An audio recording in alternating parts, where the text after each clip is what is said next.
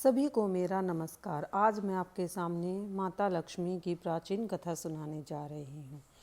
अगर आप इसे दिन में एक बार जरूर सुनेंगे तो आपके घर के सभी क्लेश दूर होंगे। मातेश्वरी वैभव लक्ष्मी जी का यह व्रत युगों युगों से होता आ रहा है। सबसे पहले यह व्रत देवराज इंद्र ने और उसके बाद पांडवों ने किया था।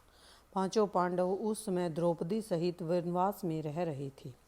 वे अत्यंत दुखी और परेशान थे। एक दिन भगवान श्री कृष्ण उनसे मिलने के लिए वन में आए। पांचों पांडवों ने भगवान श्री कृष्ण के चरणों में प्रणाम करके उनका आशीर्वाद लिया।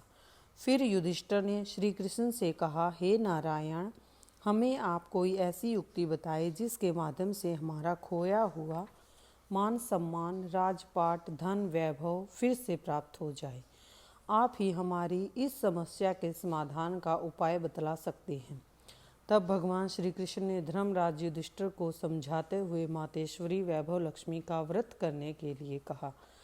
भगवान श्री कृष्ण ने एक प्राचीन कथा सुनाते हुए कहा, सतयुग की बात है। दैत्यों के राजा बलि के राज्य में प्रजा सभी प्रकार से सुख संपन्न थी। यह सत्य है कि बलि दैत्यों का राजा था, पर मेरा प्रिय भक्त था। उसने एक बार 100 अश्वमेध यज्ञ करने की प्रतिज्ञा की। उसका यज्ञ संपूर्ण विधि से प्रारंभ हो गया। जैसे जैसे यज्ञों की गिनती बढ़ने लगी, राजा बलि का यश बढ़ता चला गया। दैत्यराज बलि ने जब 99 यज्ञ पूर्ण कर लिए, तब देवों में हलचल मच गई। देवों के राजा इंद्र भी घबराने लगे। इंद्र को लगा अब उनका सिंहासन इस 100वें यज्ञ के पूर्ण होते ही राजा बलि के हाथों में चला जाएगा।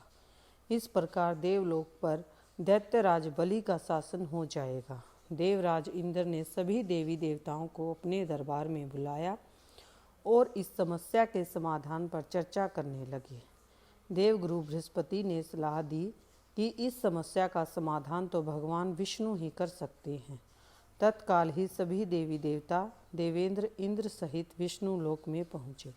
वहाँ भगवान विष्णु जी की अर्चना करके देवताओं ने नारायण श्री भगवान से इस समस्या को हल करने की प्रार्थना की। भगवान नारायण ने राजा इंद्र को आश्वासन दिया, तुम चिंता मत करो, मैं तुम्हें इस संकट से अवश्य मुक्त करूँगा।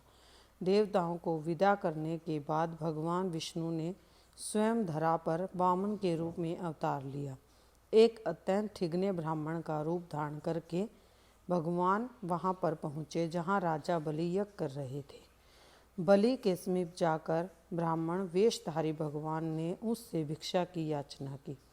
उन्होंने राजा बलि से अपने लिए भिक्षा में मात्र 3 पग ही जमीन मांगी। राजा बलि ने तुरंत जल का संकल्प लेकर दान देना स्वीकार कर लिया।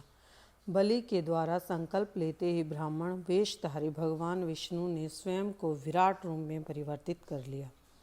उन्होंने एक पग में सारी पृथ्वी माप ली, दूसरे पग में संपूर्ण आकाश माप लिया। जब तीसरा पग रखने के लिए कोई स्थान नहीं बचा, तब उन्होंने अपना तीसरा पग राजा बलि के शीश पर रख दिया।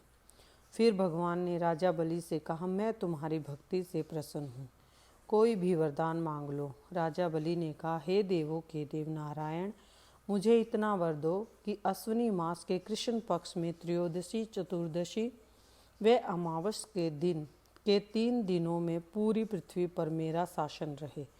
इन दिनों सभी व्यक्ति प्रसन्नचित होकर घरों में प्रकाश करें, पकवान मिष्ठान तैयार करें, चारों तरफ दियों का उजाला हो और दीपावली पर्व मनाए। सभी व्यक्ति माँ वैभव लक्ष्मी की अर्चना करें, जिससे सभी के घरों में मातेश्वरी वैभव लक्ष्मी का निवास हो और सभी सुखी संपन्न हो। भगवान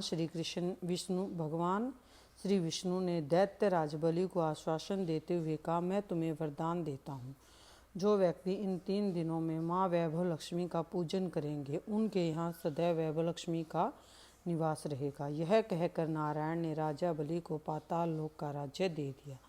पृथ्वी पर तभी से सभी प्राणी दीपावली का पर्व हर्षोल्लास से मनाते हैं और मातेश्वरी वैभव लक्ष्मी का पूजन करते हैं।